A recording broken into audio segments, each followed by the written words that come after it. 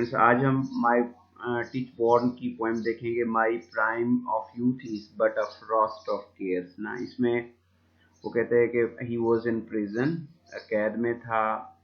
तो वो अपनी नौजवानी के अयाम में कैद में था। तो वो कहते हैं कि मेरी जो जवानी, शबाब जवानी है, तो वो that is full of the cares. Frost कहते हैं गले सड़े उसको, केयर्स माना परेशानियाँ, गम, मसाइब, आलाम ना।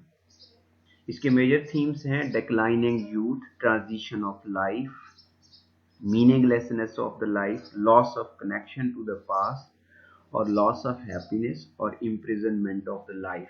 मेजर थीम्स इसके यही वाले हैं। टेक्स्ट ऑफ द पोएम है my prime of the youth is but a frost of cares, कि मेरी जो नौजवानी है, नौजवानी का भी जो प्राइम टाइम है, that is but full of cares. Cares mean परेशानियां, पेन्स, सफरिंग्स ना।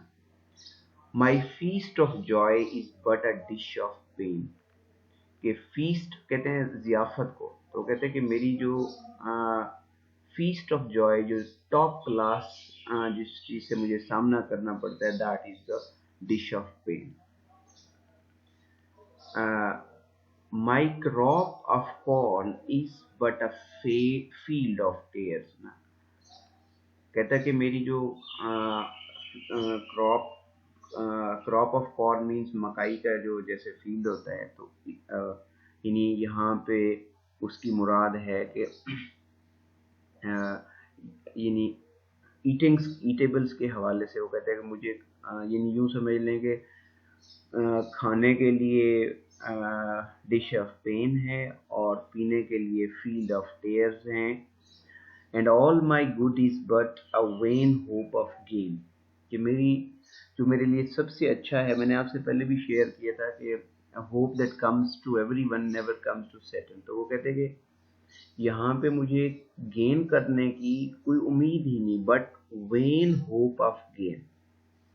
वेन, ऑल इन वेन कहते हैं कि कोई चीज़ ना मिलना। तो ही उसकी जो सबसे अच्छी, वो कहते हैं कि बट ऑल माई गुड, जो मैं आखिर पे पहुंचूं, जो मेरी बेहतरीन चीज़ ये है कि वो मैं कोई चीज़ भी पाने की उम्मीद में नहीं हूँ। The day is gone and yet I सा नो सन, दिन गुजर गया है लेकिन अभी तक मुझे कोई रोशनी या सूरज नजर नहीं आता। ये है कि मतलब मीनिंगलेसनेस ऑफ द लाइफ की ना थीम जो मैंने पीछे वाले से बात की। And now I live and now my life is done, और अभी मैं जिंदा हूँ लेकिन मेरी जिंदगी जो है वो खत्म हो गई है।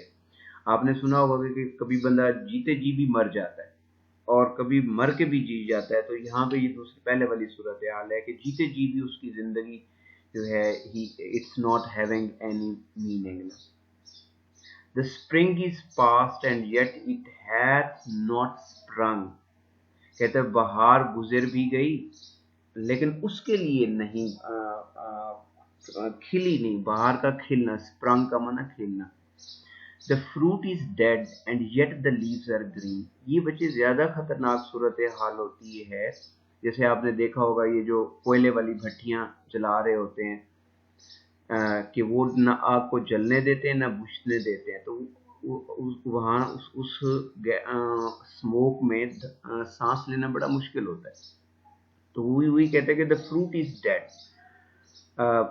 और डेड फ्रूट जो है that is more horrible than the rotten और एनीथिंग एल्स।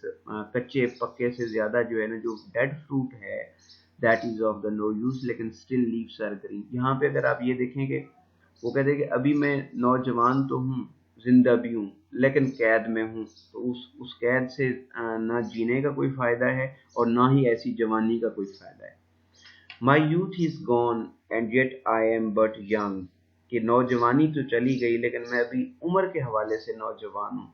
कभी किसी इंसान को ऐसा सदमा, नौजवानी में सदमा लगता है कि वो उसे बर्दाश्त नहीं कर पाता, तो उसके लिए भी इसी तरह का होता है कि माई youth is gone but I am young, यानी वो नौजवानी, अपनी जवान शबाब को इंजॉय भी नहीं कर सकते। आई सा the world and yet I was not seen, कहते मैंने सारी दुनिया देखी, आई सा द वर्ल्ड, लेकिन मुझे किसी ने नहीं देखा से मुराद यहाँ पे है कि मैं उनकी दुनिया वालों की कोई रिकॉग्निशन नहीं हासिल कर पाया।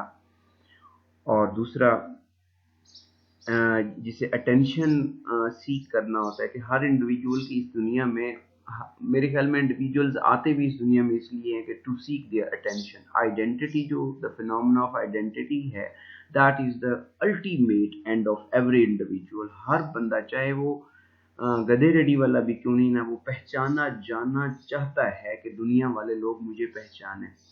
लेकिन बेनामी की जिंदगी बहुत सारों को गुजारनी पड़ती है। तो वो कहते हैं कि आई सा the word and yet I was not seen. और आगे कहते हैं कि माई थ्रेड इज कट, धागा जो है, कहते हैं मेरा धागा काट दिया गया है, and yet it was not spun. धागा काटते भी इसीलिए हैं कि उसे स्पिनिंग किया जाए।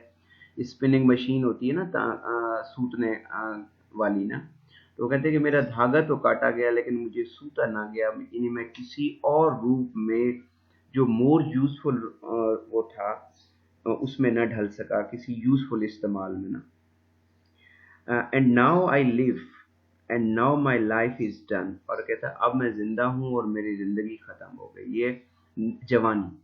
आई sought my death and found it in my womb. I look for life and saw it was a shade. कहता है जहां मैंने अपनी मौत को पाया, और कहाँ पे पाया, where there I was moving ना। कहता है यूं समझ लें कि आई ट्रूड द अर्थ। ट्रूड का माना था चलना। कहता मैं जिस अर्थ के ऊपर चल रहा था, that was a Tom for me.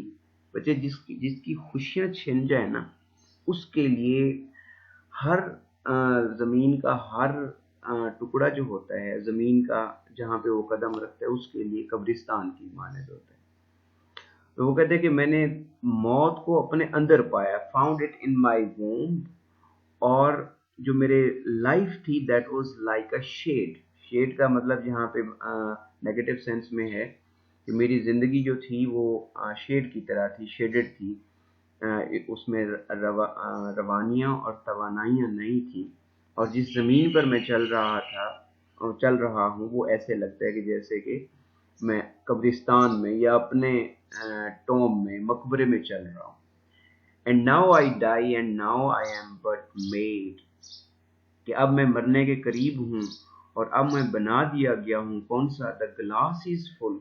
कहते हैं ना, वो आपने सुना भी होगा कि जब कश्ती डूबने लगती है तो सामान को उतारा करते हैं। तो the glass is full and now this glass is run. और कहते हैं कि अब मेरी उम्र का तकाजा पूरा हो गया है और अब ये ग्लास ऑफ वाटर या ग्लास जो है उसे उसने सिंबल के तौर पर लिए है। तो कहता है कि अब ये बहने के करीब है। And now I live and now my life is done. अब, और कहता है अब मैं जिंदा हूँ और मेरी जिंदगी, जवानी जो है वो खत्म हो गई है। तो इसके मेजर थीम्स हमने देखे। दोबारा मैं रिवाइज कर देता हूँ। डिक्लाइनिंग यूथ, के नौजवानी जो है, अलम शबाब जो है ना, उसके ऊपर जिवाल है। ट्रांजिशन ऑफ लाइफ है, जिंदगी आरजी है, कभी बहार तो कभी खिजां। और किसी की लाइफ मीनिंगफुल होती है तो किसी की मीनिंगलेस होती है। और दूसरा, पास्ट के साथ जो है इंसान हमेशा ही जो है वो अपने कनेक्शन लूज कर जाता है। ये बेसिकली एलर्जी है। एलर्जी कहते हैं कि मॉर्न लॉस, सॉरी, किसी की डेथ के ऊपर जो आप नगमा लिखते हैं, that is called the allergy. The loss of happiness है, और इम्प्रिजनमेंट ऑफ लाइफ, यानी हर बंदे की जिंदगी जो है वो बहुत सारे केयर्स में, फेयर्स में घिरी पड़ी है। Thank you.